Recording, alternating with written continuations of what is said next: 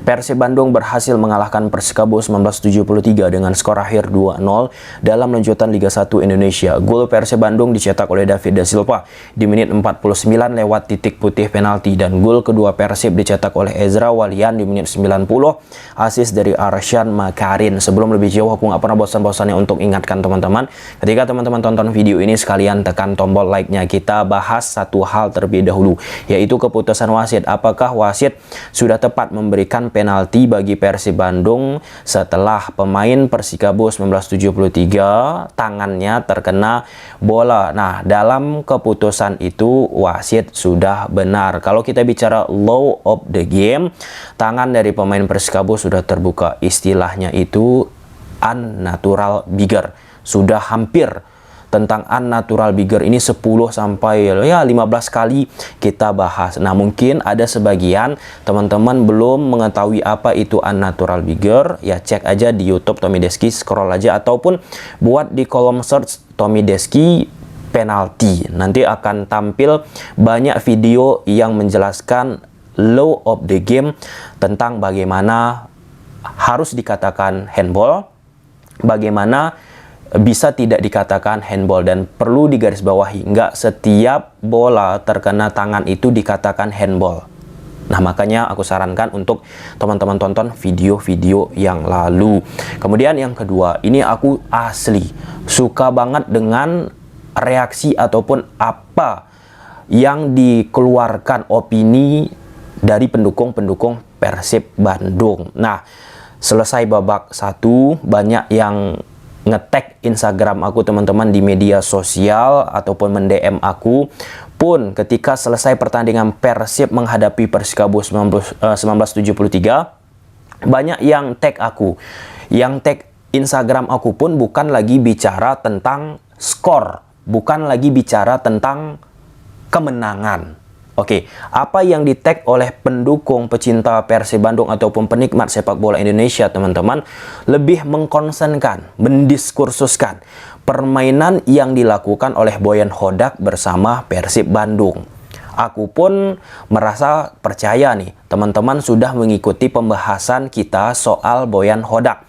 Ketika pertama kali Boyan Hodak diumumkan Persib Bandung sampai saat kita bahas Persib menghadapi Persikabo 1973 ini, salah satu identitas yang dimiliki oleh Boyan Hodak itu permainan konservatifnya. Nah, lantas yang men-tag aku itu menyebutkan, wah ini bang, seperti yang abang sampaikan, permainan pragmatis football, kemudian permainan long ball ke atas. Ya, seperti yang kita lihat, itu pun dilakukan oleh Boyan Hodak saat Persib menghadapi Persikabo 1973.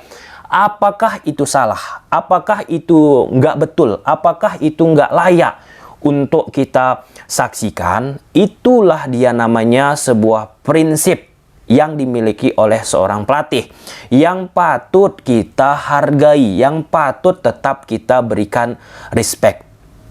Serupa juga seperti apa yang dilakukan oleh Luis Milla bersama Persib Bandung, ataupun Luis Milla bersama Timnas Indonesia, ataupun Pep Guardiola bersama Barcelona, Man City.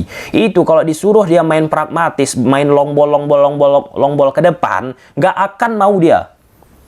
Orientasi mereka jelas ball possession, 1-2 sentuhan. Itulah namanya prinsip, filosofi tadi. Patut kita berikan apresiasi. Kembali, kita ambil contoh seperti karakteristik permainan dari Boyan Hodak. Kita pun berikan apresiasi karena gaya permainan seperti ini sudah dia mainkan di Kuala Lumpur. Pun contoh yang lain lagi, nama besar Jose Mourinho. Dia parkir bus, nggak peduli dia itu ball possession, nggak peduli dia main cantik. Yang penting menang. Nah, dalam konteks ini aku sudah melihat nih pendukung Persib Bandung.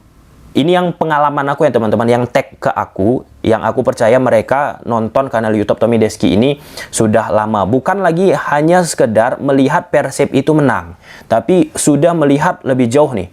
visioner nih. Apa yang ditampilkan oleh Persib di atas lapangan. Walaupun aku pun tetap menghormati lagi, respect dengan teman-teman pendukung Persib yang penting menang aja lah dulu. Nah, dalam konteks ini bagi aku secara pribadi teman-teman, untuk posisi Persib Bandung yang di awal musim agak terseok-seok dan menjadi sorotan pelatih Persib Bandung, ya sewajarnya menang aja lah dulu. Menang aja lah dulu, meskipun permainan yang ya mungkin dari sisi entertainment nggak begitu menghibur, tapi itulah yang diharapkan sebagian penikmat lah ya Persib Bandung teman-teman, untuk bisa Persib menghasilkan kemenangan, dan akhirnya di akhir musim nanti karena Liga 1 Indonesia ini pakai babak championship, setidaknya bisa berada di 4 besar. Dan track record yang dimiliki oleh Boyan Hodak yang sudah kita bahas, dia ini salah satu pelatih yang spesialis turnamen. Kalau misalnya ada babak-babak championship, babak-babak semifinal, ataupun babak-babak yang biasa digunakan di sebuah turnamen teman-teman, magisnya ini biasanya keluar. Dan ya, yang ingin aku tanyakan nih, teman-teman lebih suka menonton pertandingan sepak bola itu melihat proses permainannya juga, atau melihat hasil? Coba tulis di kolom komentar, biar aku pun memetakan nih, wah ini kalau misalnya ternyata banyak lebih melihat hasil ketimbang permainan, akan tahu arah pembahasan kita ke depannya. Atau sebaliknya, lebih suka melihat permainan, akan tahu juga kita membahas ke depannya. Oke, coba tulis di kolom komentar. Kemudian kita masuk dulu ke grafis taktikal teman-teman. Di atas kertas Persib Bandung menggunakan pola 1-4-2-3-1. Di belakang ada Teza Pakualam. Teza Pakualam, kalau kita komparasikan sesuai pembahasan kita sebelumnya, Teza dari sisi build up permainan lebih nyaman lah ya, lebih percaya diri kalau kita saksikan ketimbang Fitrul. Fitrul bukan aku katakan nggak bagus, tetapi ini tentang bagaimana raw model seorang kiper. Nah, Teza good game. Kemudian di kanan ada Irianto, Kakang Quivers di belakang, kemudian Daisuke 1 di sebelah kiri. Daisuke 1, lihatlah, ini untuk ke-4-5 kali sudah aku puji teman-teman, for your information.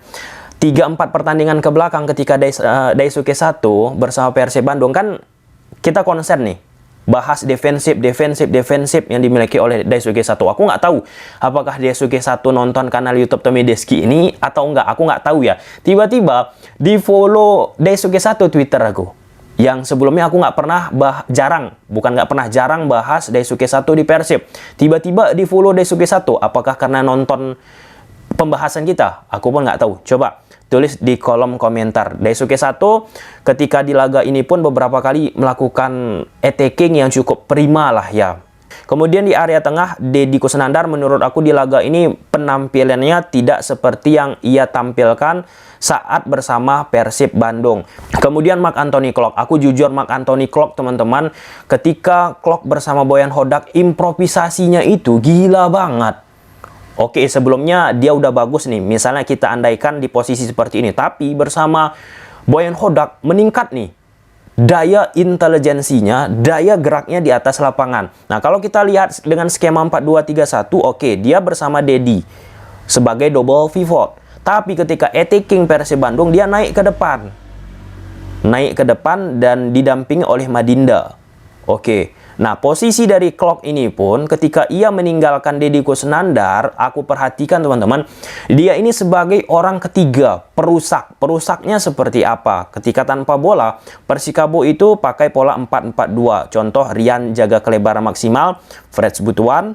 Seperti ini skemanya dan bentuk attacking yang dimiliki oleh Persib Bandung. Misalnya Persib melakukan attacking dari posisi Deddy Kusnandar teman-teman, Rian coba nih tarik posisi dari Lasinari. Nah, ketika Lasinari bergerak dari fullback kanan ke posisi Rian, Klok keluar sebagai orang ketiga untuk mengisi ruang yang kosong ini. Kemudian pemain Persib berupaya untuk memberikan bola ke posisi Klok.